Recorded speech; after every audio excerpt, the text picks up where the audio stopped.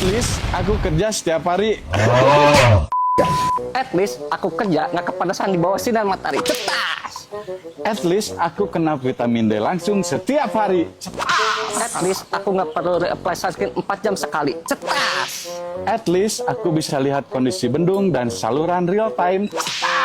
At least kursi kerjaku nyaman. Cetas. At least aku minimal 10.000 langkah per hari. Pas. At least outfit tetap rapi setiap hari. Cetas. At least outfitku pakai rompi PU dan helm setiap hari. At least aku ada AC dan wifi yang stabil. Cetas. At least aku kerja pemandangannya sungai, bendungan, dan hamparan sawah. At least pas istirahat aku bisa nonton Dra Cincin. Cetas. At least tempat istirahat aku pemandangannya kayak di film-film. At least tiap monet nggak perlu takut kehujanan. Cetas. At least tiap monitoring tahu mana titik yang perlu penanganan cepat.